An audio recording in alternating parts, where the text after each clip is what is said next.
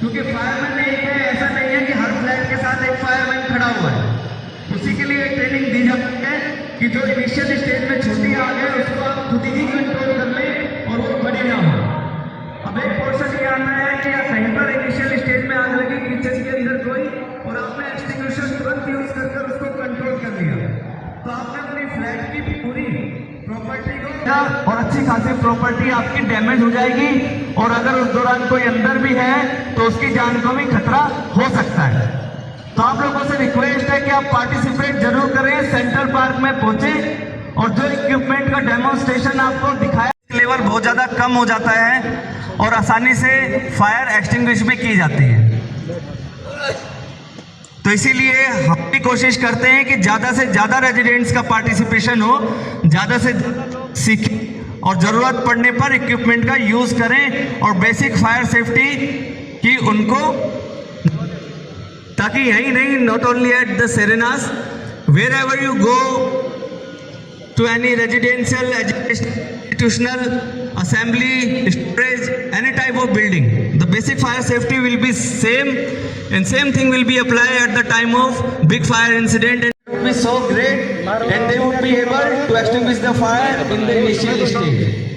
आगे बना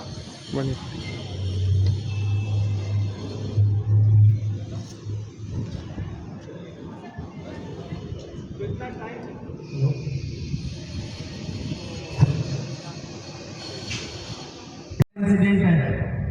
तो जब भी फायर हुटर बजता है, फॉल्स अलार्म हो सकता है, या किसी ने कोई अगर छेड़ करे फायर सिस्टम के साथ में, तो भी फायर हुटर ऑपरेट हो सकता है। लेकिन अगर मैं आपसे पूछूं कि 10 time, 11 time, 20 time false alarm आया, लेकिन जो 23rd टाइम फॉल्स अलार्म आया वो ट्रू अलार्म था, और उसको आपने समझ के फॉल्स अलार्म अवॉइड कर दिया, और जिनको ने ये पता करने की कोशिश की कि ये ट्रू अलार्म तो नहीं है, काफी देर से होकर बज रहा है, तो उनको पता लग गया और वो लोग बाहर आ गए। सेकंड, जिसने फोन नहीं किया, बालकनी से बाहर निकलकर देख लिया और उसने देखा कि बिल्डिंग से बाहर धुआं आ रहा है, बहुत से लोग इकट्ठे हैं, बहुत तेज साउंड, तो उसके साथ अनाउंसमेंट ना हो। अब अनाउंसमेंट आप सोचेंगे खाली हुटर ऑपरेट हो रहा है, अनाउंसमेंट तो कुछ हुआ नहीं, इसका मतलब सेफ है। टीम कम होने की वजह से हो सकता है कि उसके दिमाग से निकल जाए कि अनाउंस करना है, खाली हुटर ऑपरेट रहे फायर की, तो उसके फायर हुटर ओनली ऑपरेट है, अनाउंसमेंट नहीं हो रहा, तो इसका मतलब ये ट्रू अलार्म नहीं है। जब भी फायर हुटर ऑपरेट हो, आप ट्रू अलार्म ही समझें और पता करने की कोशिश। तो प्रेशर गेज को आपको चेक करना है, जो सील है उसको की सेफ्टी पिन डालना है, और फायर के पास पहुंचकर एक बार, और फायर आपको क्या करना है, जो विंड फ्लो है उसका ध्यान रखना है कि हवा का चलाना नहीं है मदन, उस पर विंड फ्लो का आपको ध्यान रखना है कि विंड फ्लो कहाँ से है, जो हवा का प्रेशर आ रहा है, दबाव आ रहा है, वो आपके बैक साइड से आना चाहिए, कभी भी फ्रंट से नहीं। तो उसको आप कैसे एनालाइज करेंगे, जिस तरफ धुआं जा रहा है उस लोकेशन को आपने अवॉइड करना है, उसकी अपोजिट डायरेक्शन से आपने फायर फाइटिंग पहुंचे, होस को पकड़ा हुआ है वहीं से पकड़े, फायरमैन ने जहाँ से पकड़ा है, मदन लीवर दिखा दो एक बार, जो लीवर है उसको प्रेस करना है, तो पिन को निकालना है, P for pull the pin, A for aim at the base of fire, जो फायर का बेस है, जिस मटेरियल में फायर हुई है उसके ऊपर उस मीडिया को हिट करना है, ना कि फ्लेम के ऊपर। एक बार चलाओ मदन सीधा,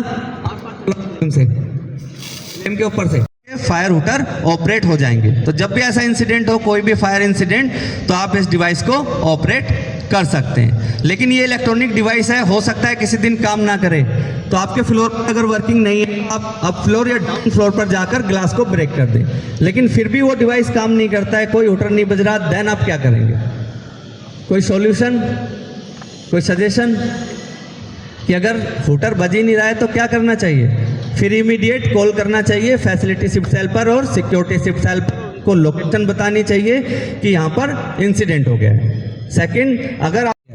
आप हमेशा ऐसे समझें कि आपने एक बहुत बड़ी आग को लगने से बचा लिया है, जिसको अगर आप ऐसे समझेंगे कि अगर आप इसको कंट्रोल ना करें तो वो बड़ी ही हो जाएगी। 101